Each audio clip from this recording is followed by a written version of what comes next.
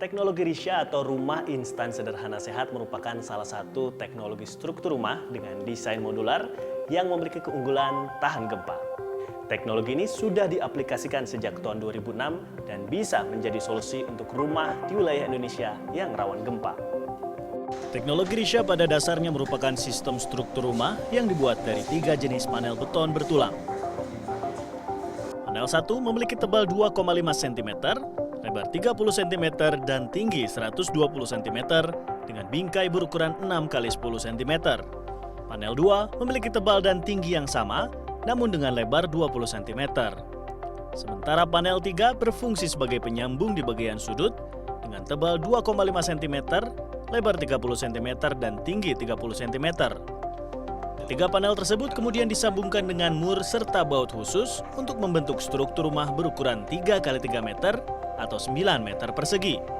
Struktur tersebut dibangun dengan metode prefabrikasi atau dibangun di luar lokasi proyek, kemudian digabungkan ketika pengerjaan fondasi rumah telah siap. Hal ini membuat pembangunan rumah dengan sistem Risha jauh lebih singkat, bahkan bisa 10 kali lebih cepat dibandingkan dengan pembangunan secara konvensional. Risha juga telah diuji oleh Puslitbang Perumahan dan Permukiman Kementerian PUPR dan disebut memiliki kehandalan struktur terhadap risiko gempa sampai 6 magnitudo.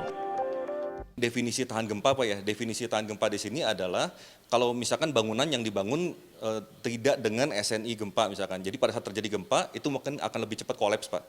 Nah di sini ketahanan gempa itu pada saat terjadi gempa bangunan ini masih punya daya tahan Pak, masih punya durasi. Sehingga kita penghuni atau warga ini masih bisa cepat untuk melarikan diri dulu Pak.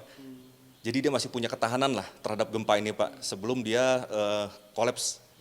Itu sih Pak. Apakah ada ini misalnya dengan gempa berapa magnitudo atau mungkin skala-skala kekuatannya gitu? Kalau menurut petunjuk yang diterbitkan oleh Puskim ini sudah diuji untuk zona 6 Pak. Meski telah diuji tahan gempa, pembangunan Risha harus tetap memperhatikan lokasi. Untuk itu, pemetaan sesar aktif atau bidang gempa perlu dilakukan agar rumah tahan gempa dibangun di lokasi yang aman. Kita melihat bahwa salah satu dampak serius dari gempa adalah robekan bidang gempa. Dan pada saat bangunan ataupun struktur berada di atas bidang robekan atau disebut dengan surface rupture, maka kemampuan struktur itu tidak bisa menahannya biasanya.